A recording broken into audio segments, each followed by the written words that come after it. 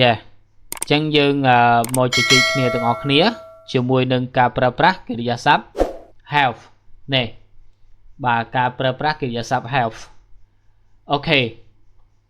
ចឹងសម្រាប់បងប្អូនដែលកំពុងតែទស្សនាអត់ទាន់បានចុច subscribe សូមចុច subscribe ដាក់សញ្ញាកណ្ដឹងដើម្បីទទួលបានមេរៀន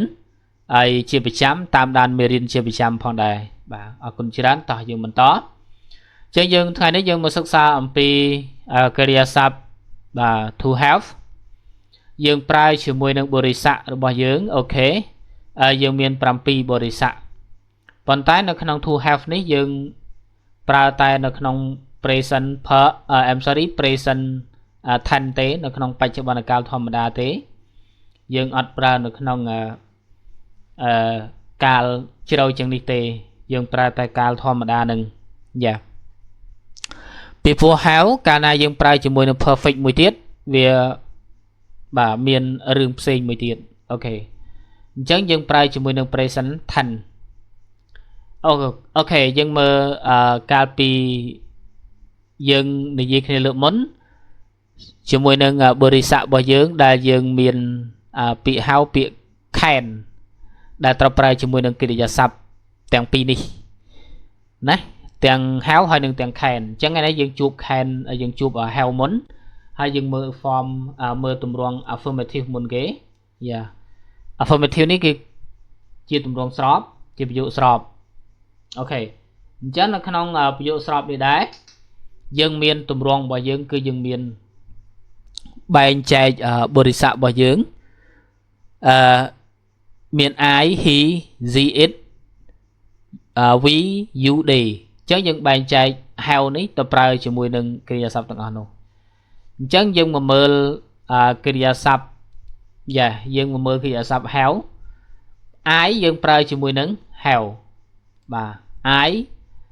កាលណាយើងប្រើ I sorry យ៉ា I អូខេណែ have បាទ I យើងប្រើ have he she it គឺយើងប្រើ has អូខេអញ្ចឹងយើងប្រើ has ដូរទៅតាមនឹង have ជាមួយនឹង has ឯចំណែក we you they យើងប្រើ have យ៉ាអញ្ចឹងសួរថាមិនបានយើងប្រើអញ្ចឹងគឺយើងបែងចែកទៅតាមបរិស័ទប៉ុន្តែដល់កាលណាយើងបកប្រែគឺយើងបកប្រែដូចតែគ្នាទេអត្ថន័យរបស់វាគឺដូចគ្នា I have ខ្ញុំមាន he has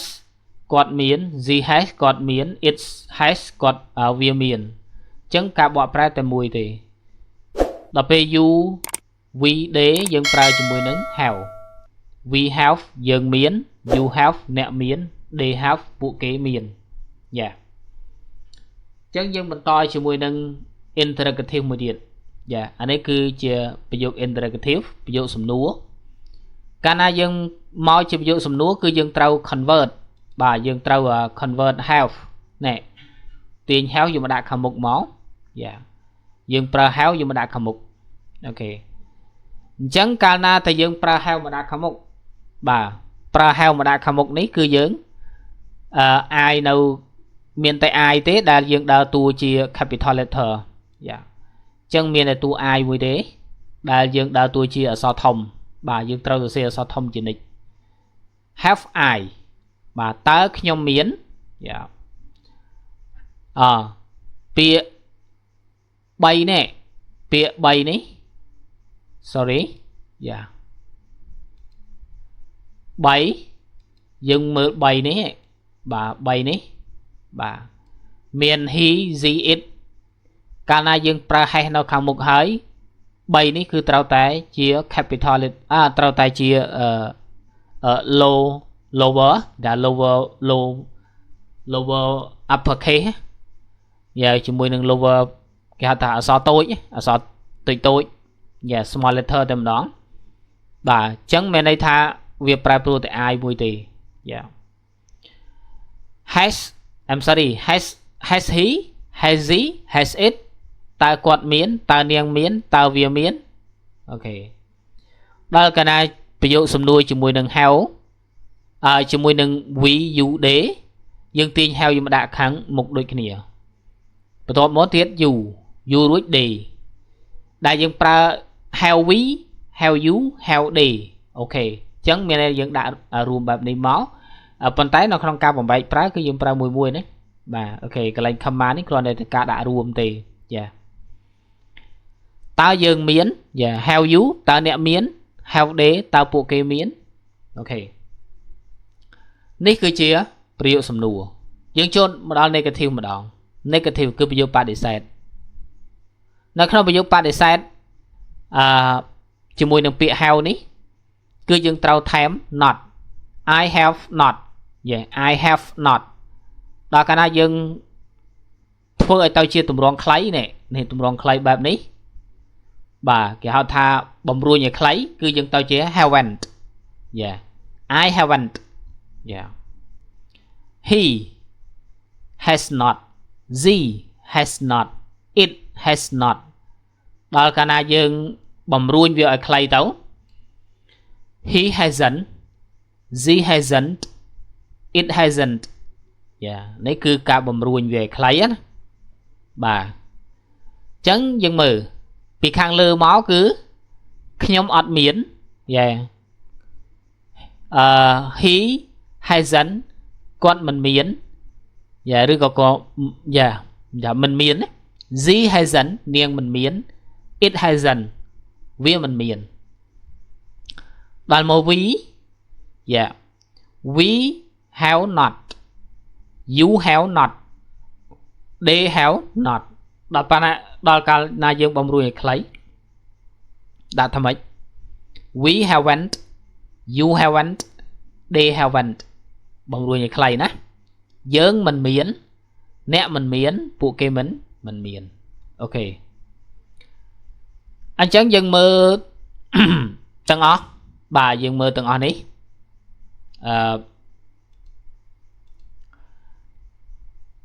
យើងមើលតទៅទៀតតទៅទៀតណានេះក្នុងរូបភាពតំណាងបាទរូបភាពតំណាងគឺបែបនេះបាទគេគ្រាន់តែជាការនិយាយរូបភាពឯណា I have នេះចង់និយាយថាខ្ញុំមានអញ្ចឹងណាដល់ពេល he hasn't គាត់អត់មានទេអញ្ចឹងមានន័យថាគាត់នារីម្នាក់នេះដើរចេញអញ្ចឹងដល់អត់មានទេឥឡូវយើងមើលបន្តទៅទៀតកិរិយាសព្ទ can យើងមកមើលពាក្យ can ទាំងអស់គ្នាអូខេតោះឥឡូវយើងមកសិក្សាអំពីកិរិយាសព្ទ can បាទកិរិយាសព្ទ can គឺមានន័យថាអាចណាបាទកិរិយាសព្ទដែលយើងបកប្រែថាអាច affirmative បាទប្រយោគស្របតើពាក្យ can ហ្នឹងគឺយើងប្រើយ៉ាងម៉េចវាខុសគ្នាពីពាក្យ have ណា can មិនបានបែងចែកទៅតាមបុរិស័កទេណាមិនបានបែងចែកទៅតាមsubject pronoun ទេណាមិនបានបែងចែកទៅលើ subject pronoun យើងទេគឺយើងប្រើរួមតែម្ដងប្រើទាំងអស់តែម្ដង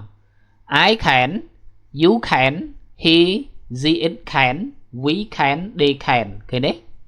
ជាងលក្ខណៈពិសេសរបស់វាគឺមានន័យថាអត់ប្រកាន់ទេគឺប្រើរួមដល់មកកន្លែង interrogative បាទសំទោសបាទផ្លេចបកប្រែ I can ខ្ញុំអាច you can ខ្ញុំអ្នកអាច he can គាត់អាច she can នាងអាច it can វាអាច we can យើងអាច they can ពួកគេអាចចឹងយើងមកតជាមួយនឹង interrogative ម្ដងចំពោះ interrogative ប្រយោគសំណួរគឺយើង convert ហៅថា convert គេទាញណាទាញពីច្រាស់វិញណានេះ convert ពាក្យ can យើងគិតមើលថា can នៅខាងក្រោយប៉ុន្តែដល់ពេលនេះគឺយើងដូរ can មកដាក់មុខវិញនេះ can យើងមកដាក់មុខវិញពីមុន can វានៅកន្លែងនេះនេះពីមុន can វានៅក្រោយណានេះដូចនេះ can នៅក្រោយនេះកាលណា interrogative យើង convert វាមកខាងមុខមកអញ្ចឹង can I តើខ្ញុំអាច can you តើអ្នកអាច can he តើគាត់អាច can she តើនាងអាច can it តើវាអាច can we តើយើងអាច can they តើពួកគេអាច Chứ như mơបន្តtiết chấm po negative dạ bây giờ bạn đi xét mà đón chẳng bây giờ bạn đi xét rất tại sao tiết còn là dương time not chỉ mùi nâng việc khen tới tao chưa cannot dạ phần tay chỉ mùi cannot đấy cứ dương miền lệnh mùi này bị lỡ cứ cầm nào xung quanh này crom 110 crom đấy dương đằng ngày và ok chẳng dương mừ I cannot you cannot he cannot she cannot it cannot ok chẳng tụi on đi cứ dương ọt bạc can đấy vô dương thêm nót dương thêm chụp tại chỉ mùi nông bịa khen đi bà cao bị bịa khen dương mình thêm đâu có lại nạp sinh đi ở đó dương mơ màu khẳng crom đại lịch muối nè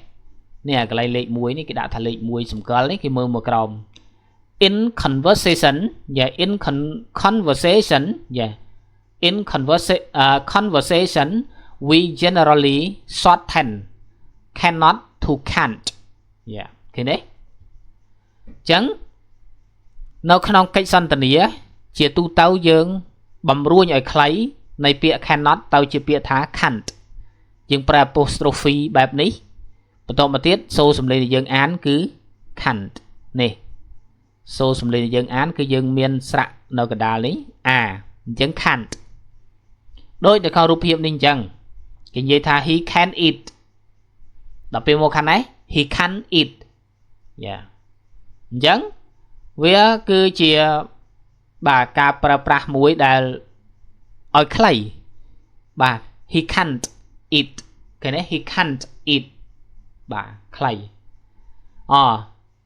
anh ấy dừng gì bị short form á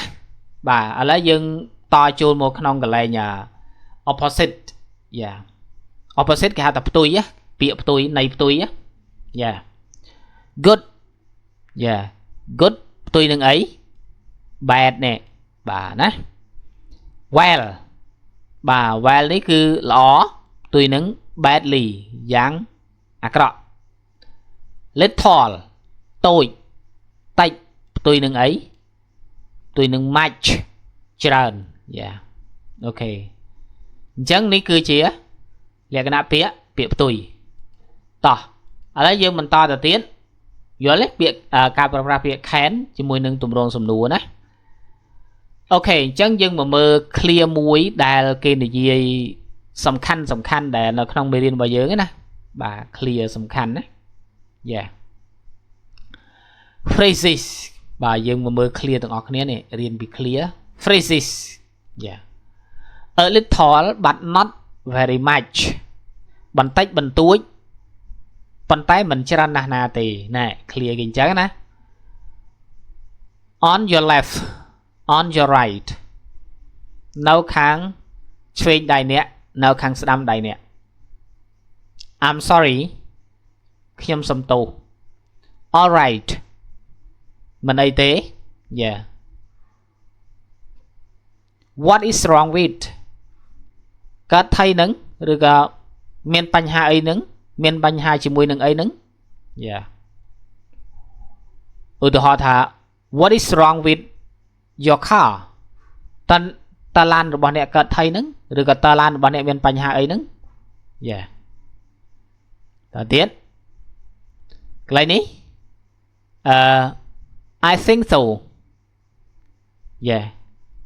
khi nhóm kịch đôi chân nào đấy quite well trầm trâu lọ nè quite well đấy very well lọ nè yeah that's right bất giờ trầm trâu hơi yeah that's not quite right mình trâu so yeah mình trâu so đọc về những mơ ưu tiên hòn ở trong picture này bà này trong picture để còn cầm phùng quỳ này kita a little but not very much bàn tay bàn túi bàn tay mình chân nà tế cứ mình là prạ mà cạ pi cạ anh chắc nè yeah ok nên giờ vì prạ chẳng cứ nơi không về gì coi dương nơi ngày đấy về pi bịa khán bịa heo hay là bịa khán nơi không tùm ruộng affirmative negative chúng mình là question chúng mình là interrogative chẳng dân chop bên đấy hay dân đừng mình to từ mục tiết bà bàn tay dân ai này gì ông pi នៅក្នុងមេរៀនទី10បាទចូលមេរៀនទី10ណាបាទអញ្ចឹងយើងសង្ឃឹមថានឹងបានទស្សនាហើយនឹងបានរៀនទាំងអស់គ្នានៅមេរៀនបន្តទៀត complete sub បាទចុច subscribe ណាឃើញសញ្ញាកណ្ដឹងនៅគៀនខាងស្ដាំនេះចុច subscribe channel learning English ខ្មែរនេះមួយទៅដើម្បីបានរៀនបាទជាបន្តបាទអរគុណច្រើនជួបគ្នានៅមេរៀនបន្ត